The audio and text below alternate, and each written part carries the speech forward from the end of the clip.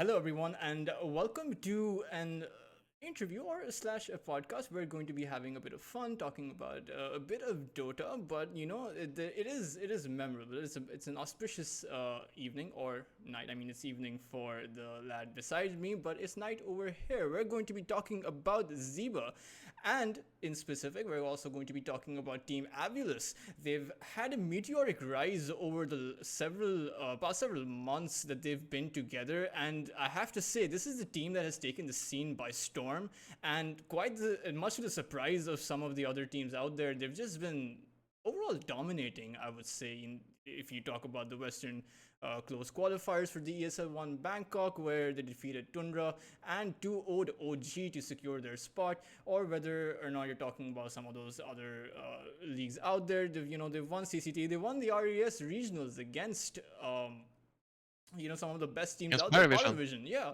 So, and even in Dream League, I mean, they had so many draws against some of the biggest teams out there. I mean, it's really a pleasure to see. But, however, we will talk about one special person who has been eagerly waiting. It is Xibbe. It is that offlane player who you've probably seen in those clips landing those four-man black holes, just obliterating some of those team fights. And Xibbe, how are you feeling today? I'm feeling good. Feeling good. Good to be here and talk some about Dota. Yeah, definitely. Just I mean, coming straight from my scrims too. Like we're preparing for ESL One Bangkok right now. So I mean, yeah, and it's a packed schedule. yeah, and I think teams are going to be a bit more wary now, right? Considering your recent performances, Team Abulous having had a lot of success against them. I think Abulous is going to be taken a lot more seriously. What do you think? Hmm.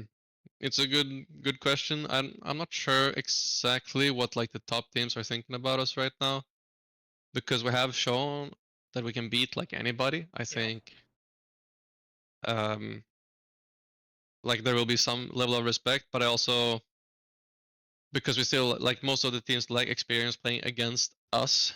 Maybe they will think that there are like good ideas that they can beat us with. I remember watching um, um, Insania talk about us at some point. I don't know if it was like on another podcast or something, and he mentioned that something along the lines of, well, if they always get their heroes, they're going to be strong, you know.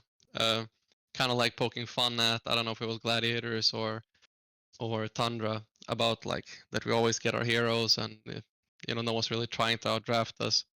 So Yeah, maybe the top teams will have like good ideas against us, but I'm sure. I mean, we're confident that we can make an upset for sure. yeah, and that's kind of been the rhythm, right, that we have been seeing. Just even in those close qualifiers, teams just not respecting some of the heroes that they should be banning, right? Letting, for example, that Earth Spirit or that Earthshaker go to Stormer, or even letting the Enigma or Dawnbreaker go to you, right? And time and time again, teams think that they might have a strategy against that Enigma, right? Because a lot of the times there have been so many obstacles to you landing those AOE spells, but at the same time, it's not really been a deterrent, has it? No, not enough of a deterrent at least. Yeah. Um, I'm not entirely like there's like we're just like more concerned about the idea, I guess, or like uh, because of what Insane has said. It's just it seems like at least their team has this idea that maybe they can ban out one or two of our players, or like they can basically try to ban out one of our player and then maybe try for a different player in another game or a third player in a third game and just see like how we respond when we don't get our favorite strategies. Yeah. It Now, seemed like that when he spoke about it like 1 week ago at least. okay, and now Avulus, they've only formed up until recently. Like, I mean, it's been several months now, but everyone was kind of playing separately, right? You guys kind of came together. I know that nearly all of you have been in the pro scene, but it's interesting you spoke about Insania because while obviously we all understand that Soniko, he is as veteran of the craft of the game that as it goes, but Xibbe, you're not new to the pro scene, right? You have actually made it to the highest stages of Han and then That's transferred true. here. So what exactly? What was that like? I mean, yeah, it was when I include Han in my entire career. I'm essentially one of the biggest veterans of the scene because I've been playing pro Yeah. since 2012.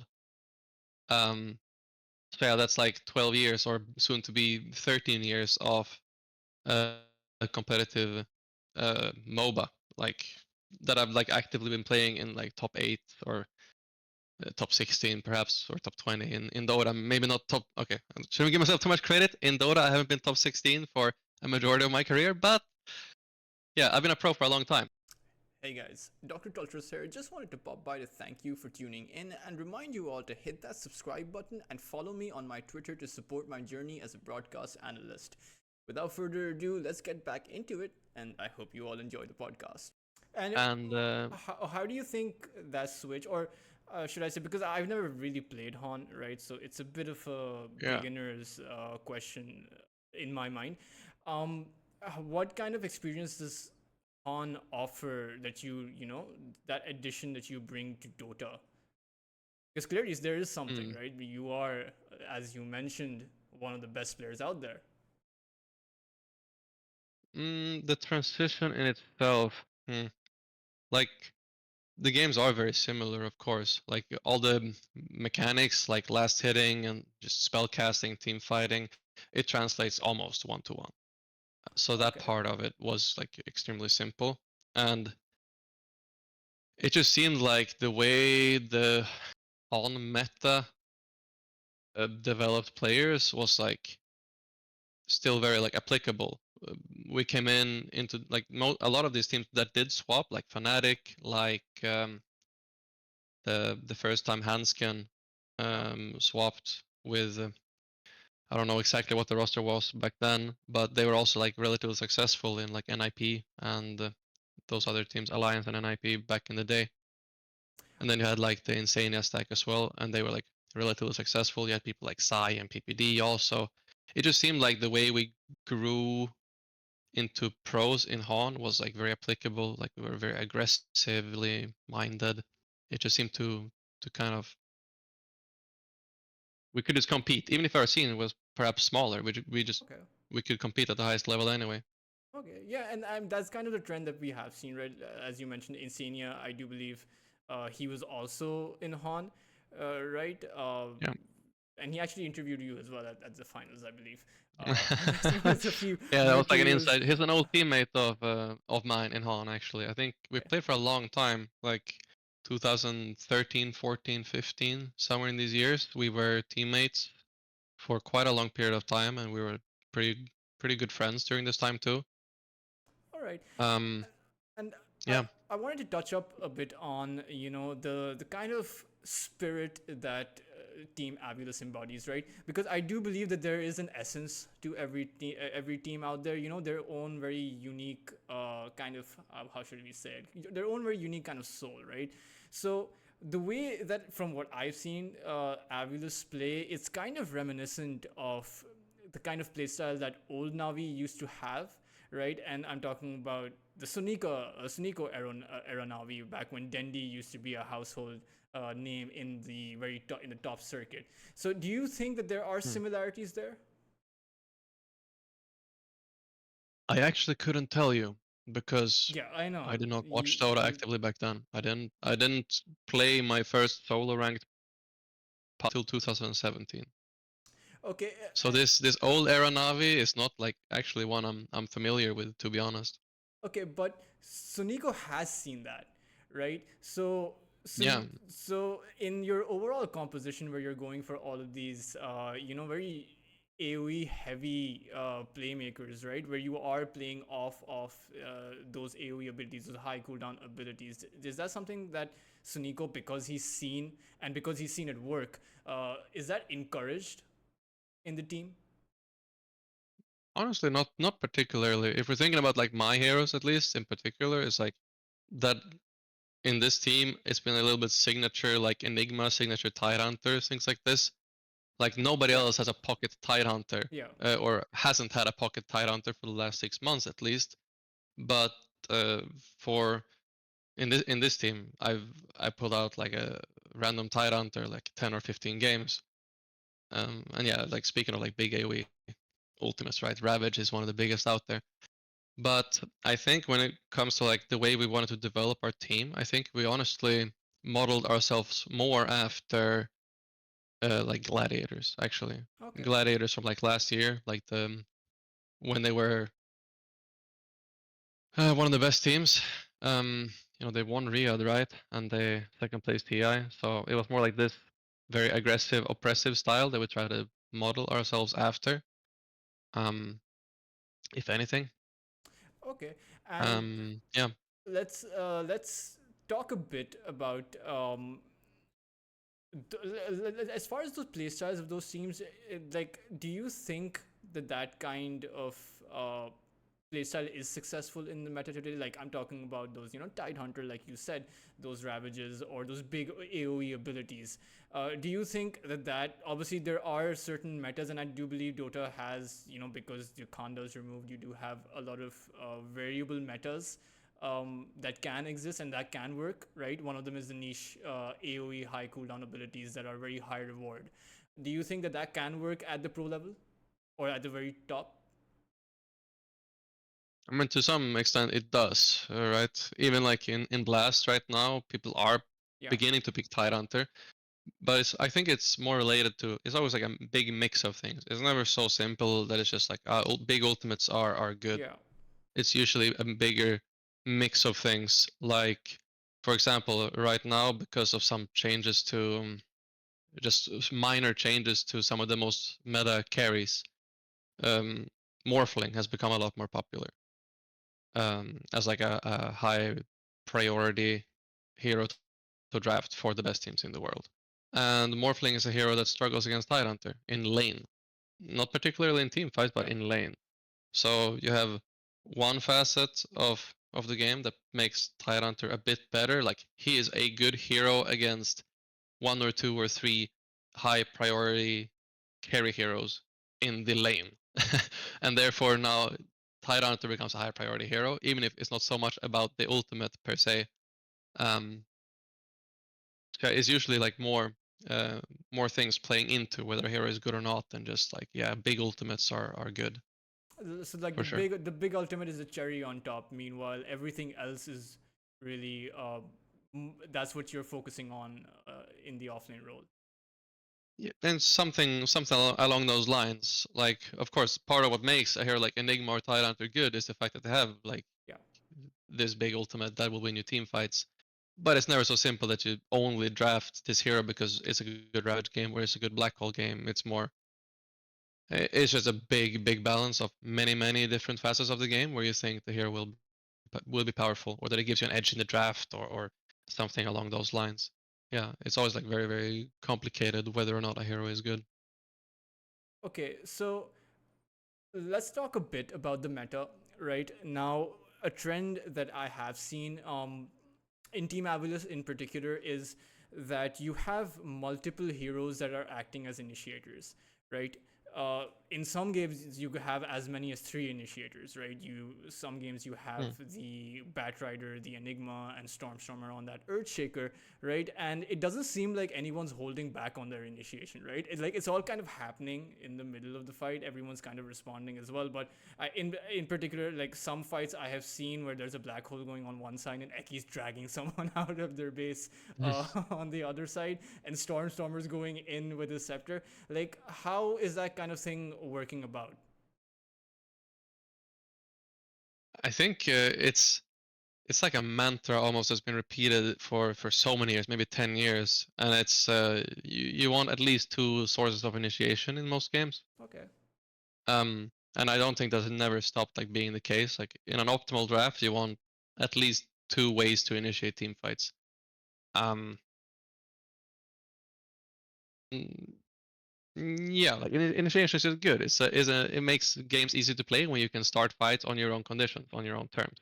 When it comes to Enigma in particular, though, I wouldn't say it's an initiator Yeah. on its own. It's more like, I tell my team, just go in and cause a bunch of problems for the enemy. If you don't cause any problems, I will not get a good black hole, guys. So just go in there, cause some problems, and I'll win the fight for you. And it's this like big you need this level of trust in a team to like make black hole Enigma work. You need your team to trust that I will land that black hole to win the entire fight, like that I will carry the fight just by finding the correct black hole. And a lot of these fights, it is really on the edge that I even like find the right moment. Like the enemy team basically just has to clutch one or two more seconds and they will win the fight.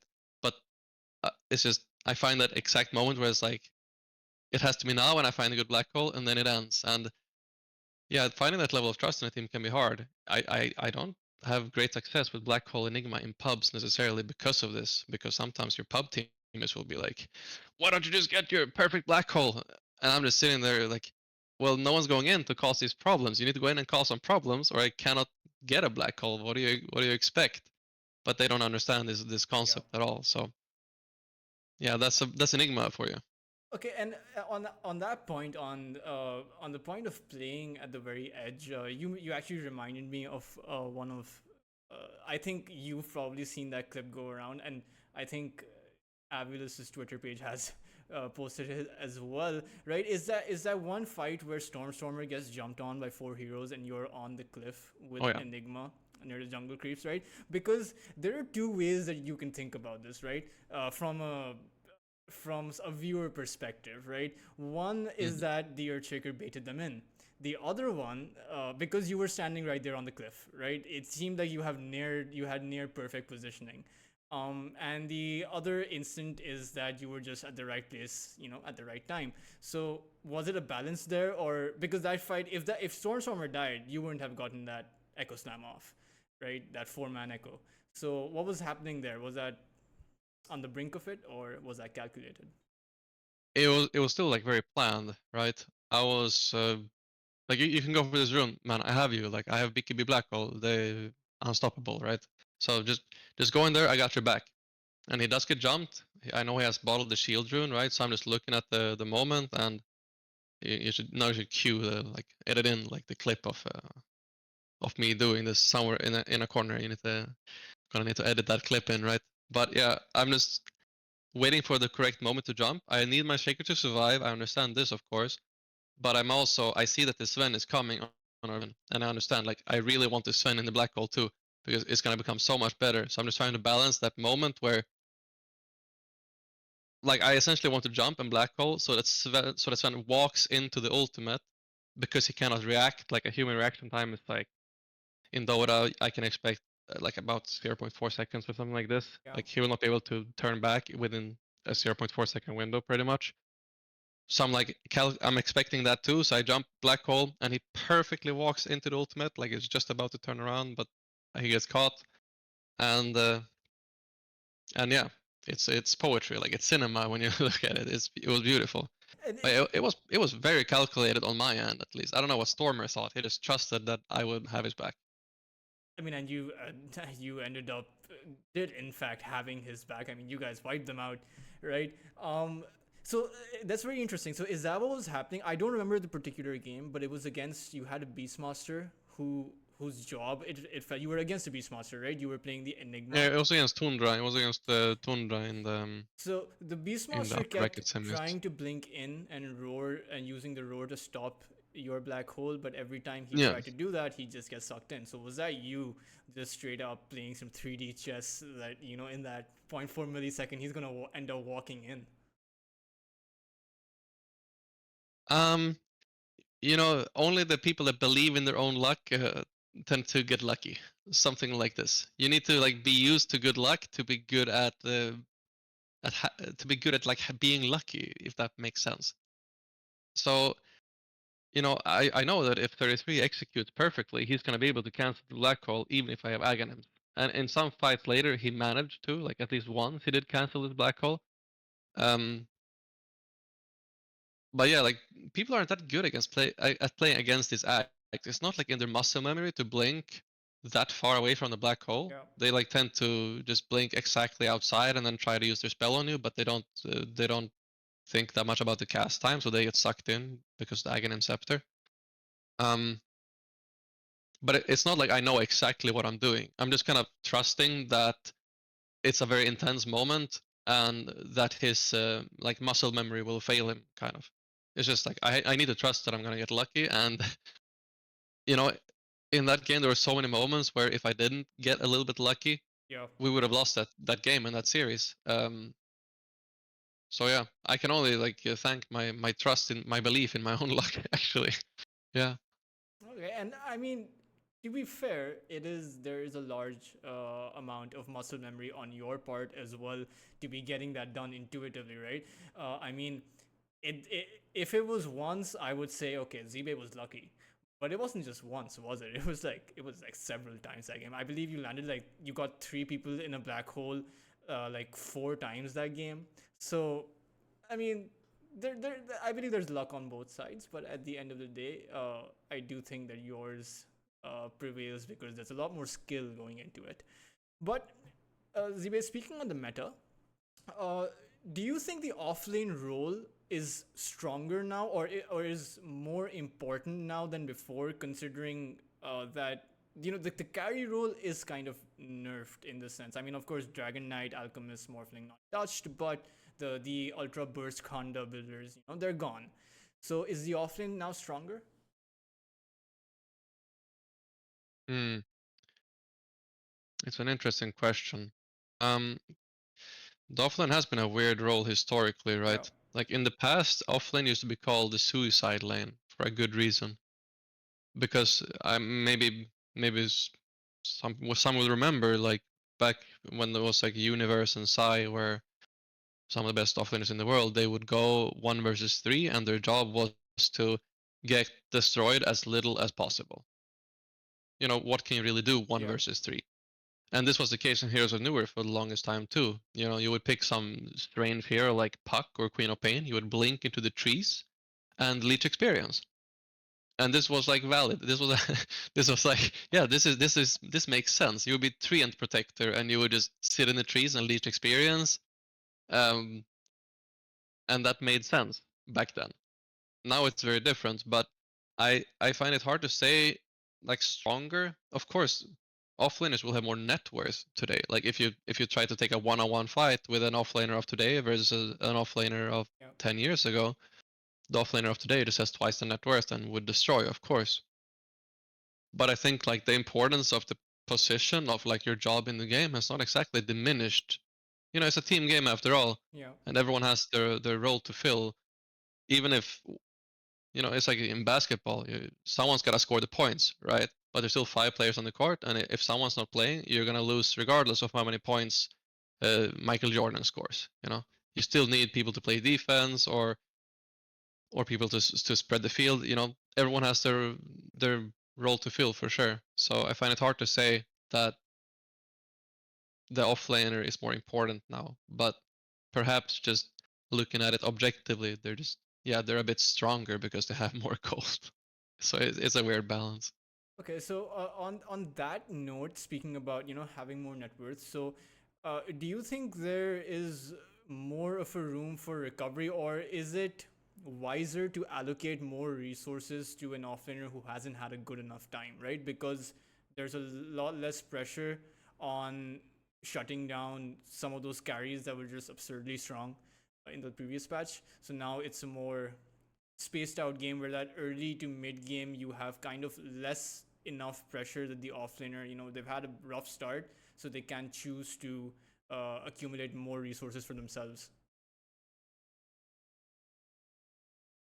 Hmm.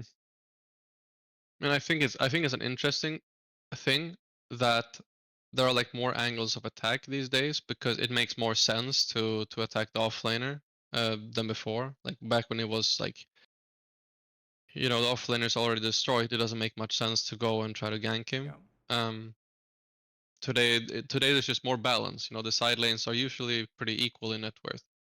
Um, so it's just you can attack the enemy off lane, you can attack the enemy safe lane, and both are like valid options. Um, so I kind of like that balance today where all the three cores have kind of equal-ish farm. I think that's good game design, to be honest.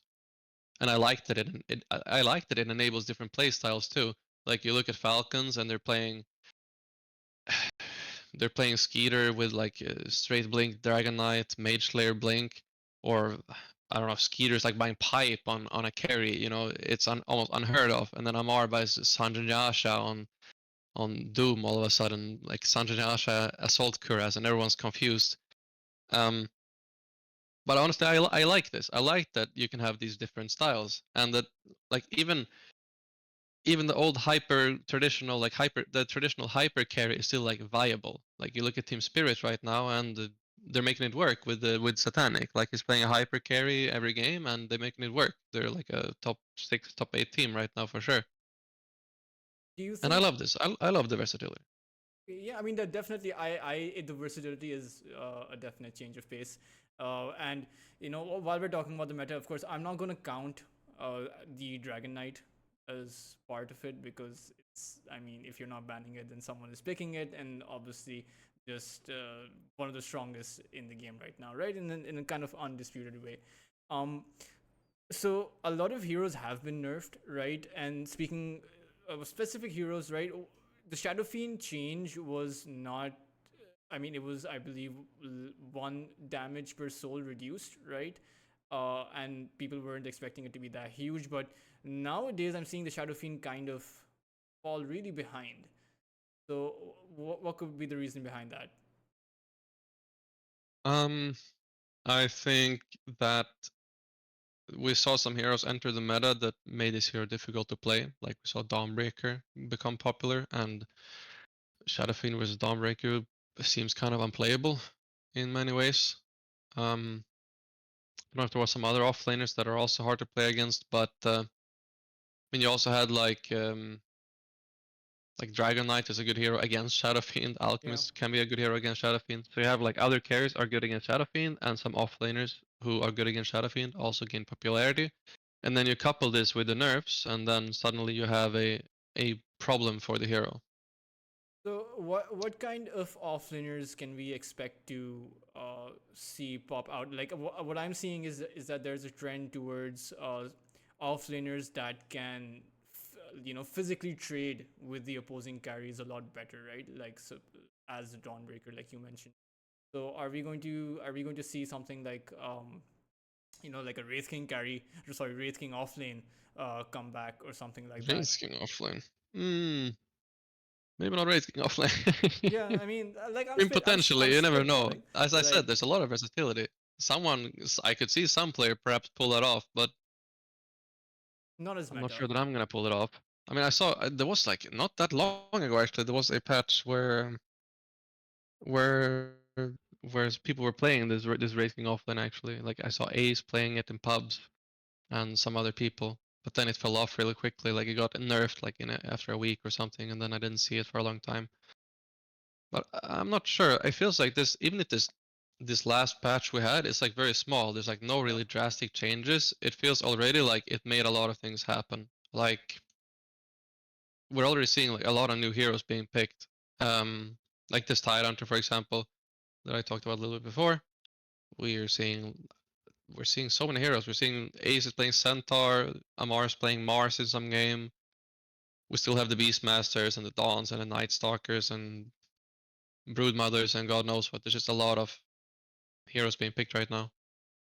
Yeah, and Tidehunter recently was buffed as well.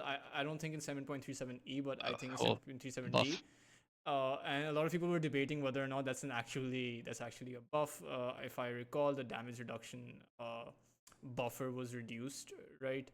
Ravage, the damage was increased, but it was kind of like 25 damage. I think at level 1 it was increased. So is that useless, or is that actually significant in the overall macro of the game? No, in the end, like these small changes are like usually not. It's like a big symphony of Yeah, different things exactly. happening at once, right? Because what is meta is dictated about other things that are meta, right? So depending on what heroes are being first picked right now, um, certain heroes will be more or less good.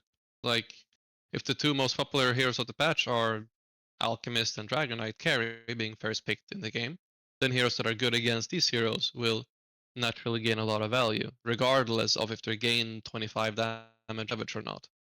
Um, Does and it goes like the that for all heroes. All right, so obviously we are going to be, until a new patch comes out, we are going to be seeing a lot of Dragon Knight, Alchemist, those heroes. But there are also going to be, in my opinion, like there are inevitably going to be a lot of carries that are going to pop out, right? Um, so is there any, like, what are some of the carries that are going to pop out, and do any of them like actually help deal with the Dragon Knight or Alchemist and how strong they are right now? Like the Phantom Assassin has a break. Can the Phantom Assassin come out? Probably not, but I mean, I mentioned the Morphling before, and I think Morphling has popped out because some of Morphling's tough matchups kind of disappeared, uh, and um, and yeah, Morphling's pretty good against Dragon Knight and Alchemist, so that's part of like why Morphling became popular. I think Morphling's tough matchups were like Dusa and Luna, and Dusa and Luna were like the two definite losers of this Yeah, last patch we had. Like Luna lost the glaives on the beam, which is like I think for yeah, removed most from the carries game. consider, yeah, like they consider Luna removed from the game because of this change pretty much. And Dusa's nerf was also like real significant. She lost like 10% of her level 1 health just because of the mana shield nerf, and she lost like how much did she lose on her poison attack slow? Like 80% or something of the Yeah, level of the values at level 1. So like massive nerfs to both of these heroes, and both of these heroes were considered like Morphling counters. yeah, in a way, So yeah. suddenly Morphling is super easy to pick. It's good against the meta carries. So now Morphling's popular, and when Morphling is popular, what heroes will be popular? Well, we have like, you know, we're gonna see more Drow Ranger and Ursa probably as a result of this. And then we have like the what do you call it? The butterfly effect or something. It's gonna just snowball into other heroes being useful. Like okay, Morphling's popular, Drow is popular, Ursa is popular. What offlaners will this make popular, and so forth. And that's how the meta shifts from like even if the patch was relatively small, just the fact that like one hero or two heroes got significantly nerfed, it will have huge effects on what heroes are pickable. Okay, and it's an interesting thought, right? For example, heroes like the Ursa, right? Heroes that come online generally a lot faster um, than someone like the Drow Ranger, for example. So when heroes like that pop out, right, and which generally do so much better in that mid game than compared to that late game, right? And then when you're faced up against someone who has a very late game oriented hero, right? The Morphling in the end late game is a lot better generally, or even something like the Alchemist or Dragon Knight. Um, is it still worth it now? Of course, you can snowball and you can win, but if it's about probability and the chances of that happening, then do you think by the sheer fact of having that Dragon Knight or Alchemist or Morphling on your side, and like banking on the fact that you take it to late game and turn it around, a good enough strategy against those mid game oriented carries that are going to pop out? Hmm. It's never like a draft never comes down to like one hero like this. I Yeah. think it's always like a bigger design. Like you need to make this Dragon Knight hero work. You need to make sure that he's actually like the most farmed hero in the game. Usually, same with Alchemist. Like you need to really take care of their good timings.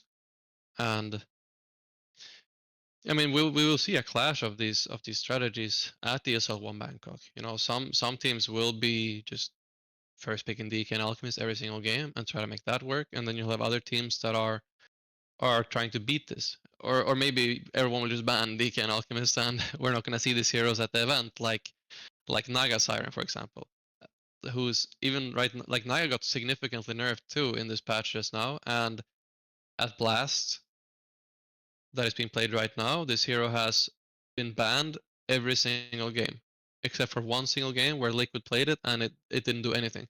But it's still banned every single game, despite these nerfs, despite the fact that nobody's even playing pubs on this hero. Naga is just banned every single game. Um, so maybe that will be DK and Alchemist. Like I can't really say for sure because we're not at the event yet. We'll see when we're there. Yeah, I mean, I am kind of tired seeing the Dragon Knight. If I'm being honest, Yeah, me too. Me too. it doesn't make for a good viewer experience either, in my opinion. You're just splashing everywhere, and uh, there's too much inbuilt strength that hero has. Honestly, I'm not really sure why he wasn't nerfed. I don't know what the thought process uh, behind that was. But so what kind, because of all of this versatility, right? It's kind of like you mentioned. It's kind of a situation where even though it's a small patch in the grand scheme of things, there's a lot more versatility added to the game overall, in not just what carries teams might be going for, but also what offense someone might be going for. But my question is, what kind of supports will we be seeing, right? So, I mean, supports have a lot of versatility themselves, right? Will we be seeing hyper aggressive supports on that pulse 4 lane? Supports kind of sometimes they're like super broken supports, right? Yeah. Like this Naga that I was just talking about. Yeah, like everyone needed to be able to play Naga until it was banned every game. But when there's not like any hyper strong supports, it feels like a very like signature heavy position. Like the supports will just play their signature heroes, and that will vary a lot from player to player. I'm not really sure what the like super strong supports are right now that like everyone is expected to be playing. Not really sure. Is There's a lot of like versatility, right? Like it doesn't mm, really seem like there's any super strong supports in the game currently. yeah, I think it's just a position where it varies a lot from team to team. You're gonna look at the team you're facing and you're gonna think, okay, what is the support on this team playing? Again, this is kind of what you do with every position in the end. You're gonna look at the actual heroes those teams are playing in pubs and in competitive matches like pro games. But I'm trying to think of like one hero that's like definitely every team is going to be playing this support. But honestly, I don't know which one that would be. I Maybe mean, it's like Lion plus 4 or something because it's like so unique right now. yeah, and I mean Feels like that's a pretty key hero. it's ironic that we're in the state of the game where Lion is unique because he has, you know, the most basic of toolkits. He has a stun, he has a hex, he has a nuke, he has a mana drain. But that's actually, where we're actually kind of circling back, right? Even for example, something like the Pugna, like very basic Oh toolkit. yeah, Pugna probably Yeah. most teams will actually be playing this Pugna. You put the nail on the head there. So and that's kind of the trend that I'm seeing in the recent games have been coming out. There's this saving hero, and then there's this aggressive pause four, right? And that's kind of Mm. been the way that things have been. Is this likely to continue?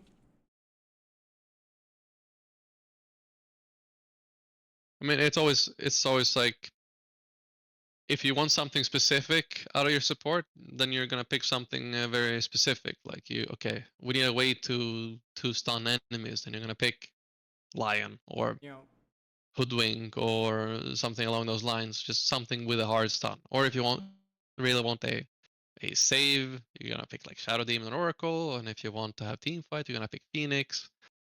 Um, what it would be interesting to see more of, perhaps, is these more like they don't provide anything specific, but they provide a little bit of everything or just a lot of damage. Those types of heroes we haven't seen a lot of because I guess there's just not that many like blink stunners being played right now on the offlane in particular.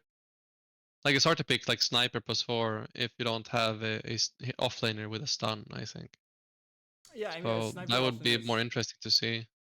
Sniper Offline has definitely fallen a Well, like little bit, I would say. the sniper plus 4. I mean, like as a support. Yeah, definitely. Like So, I just feel like there's every single game like we're either picking like a stun or a save on supports.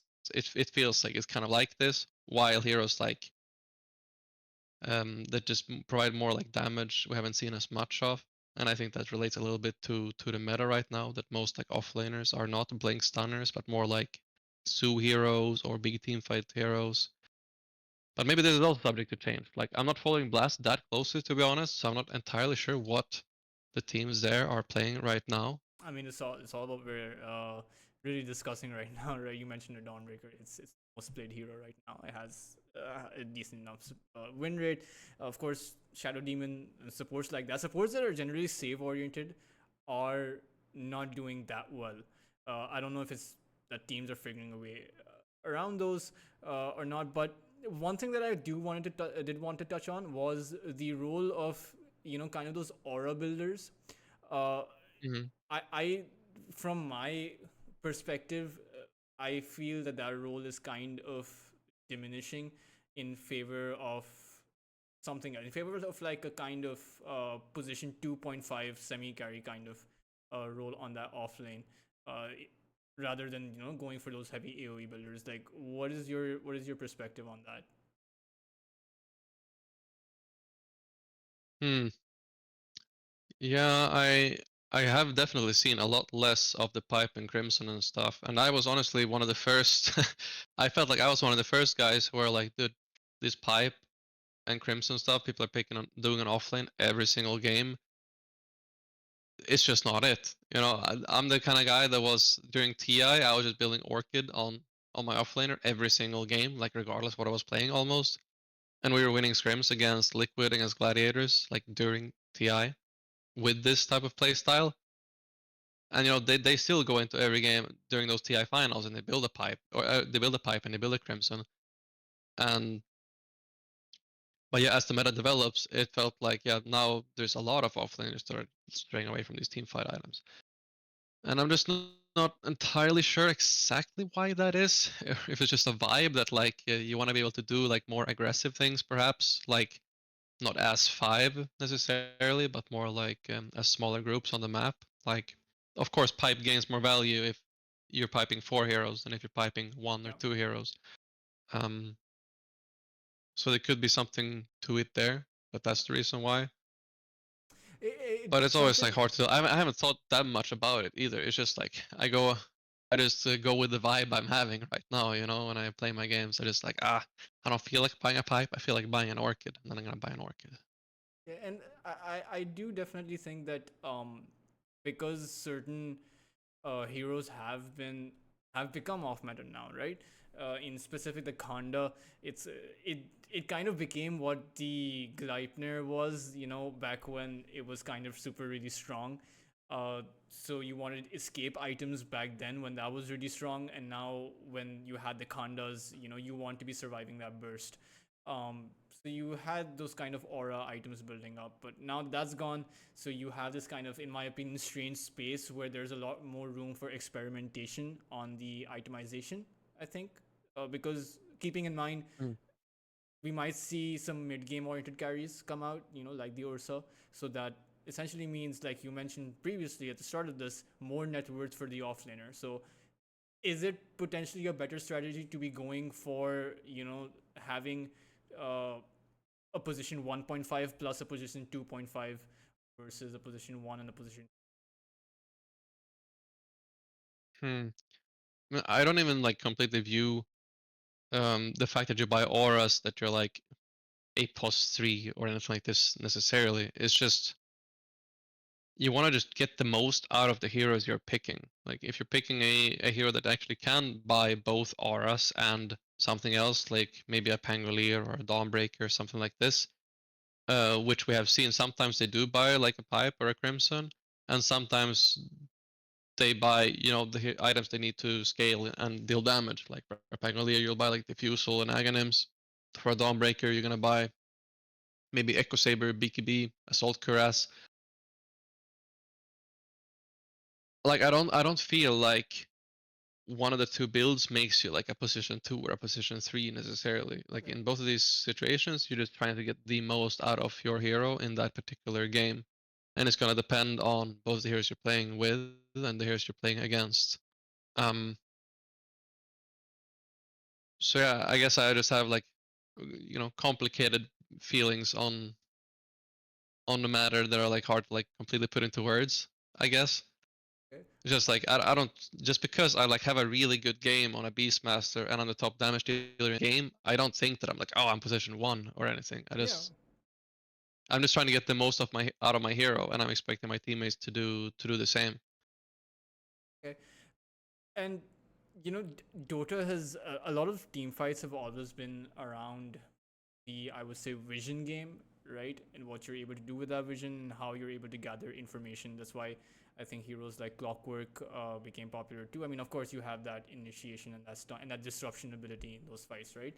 Um, do you think that vision is going to increasingly play a part in the meta? It's a bit of a strange question because vision is like It's a key requirement. Yeah, right. But what I mean to say it's is, like you know, for a tier 1 team, it's like one of the most crucial things I think you talk about when you like go into a replay. It's how did we utilize vision in this game? Like how did what kind of wards did we place? Did we place them in the correct places? Did we not play well around the vision we placed? Like these types of things, like when it comes to wards specifically, yeah. like there's always a lot of talk about how to use wards in games, right? And um, when it comes to like heroes that can provide vision, um, Or take it of away. course they are strong, but they're like it's hard to say like if they're gonna play a big part in the meta right now or not. Like what type of heroes do actually give vision in that sense? It's like Clockwork, like you mentioned. We have like illusion heroes that give vision in a sense. We have Night Stalker, I guess, that kind of provides vision. But it's hard for me to say like if they're gonna play a big part in the meta right now or not. Okay. But more like yeah, vision is always a very important part of Dota at the highest level, like an extremely big part.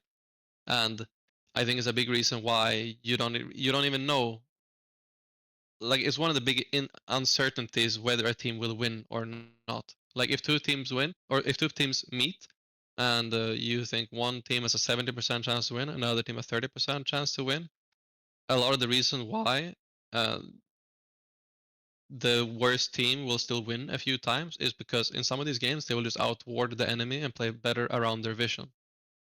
I think that's like one of the biggest factors to why uh, why games are won and lost, and it's like it's very difficult to be consistent about it or like to always out vision the enemy. So yeah, vision is very important. I Yeah. know that doesn't completely answer the question, No, but no, no. I know. I mean, like you mentioned, it is. I do think it is a bit of a tongue twister of a question.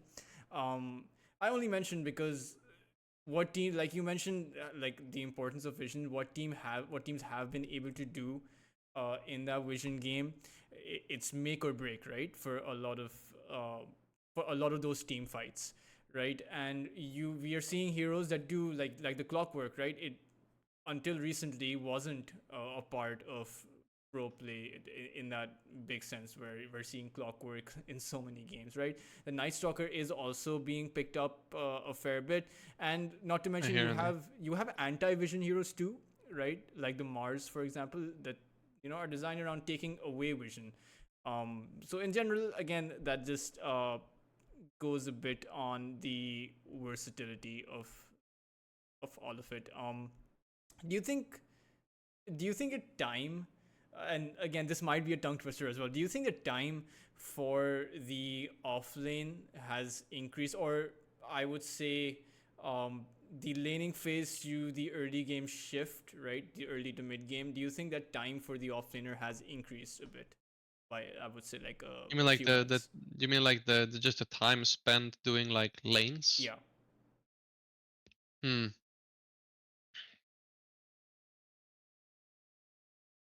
Um, Maybe a little bit. Yeah, I think that's part of the reason why I wanted to like stop buying auras so early. Like the reason why I didn't want to go first item pipe on a Pangolier and preferred to buy an Orchid first was that I thought that there's just more like a longer time where you before you group up than during TI.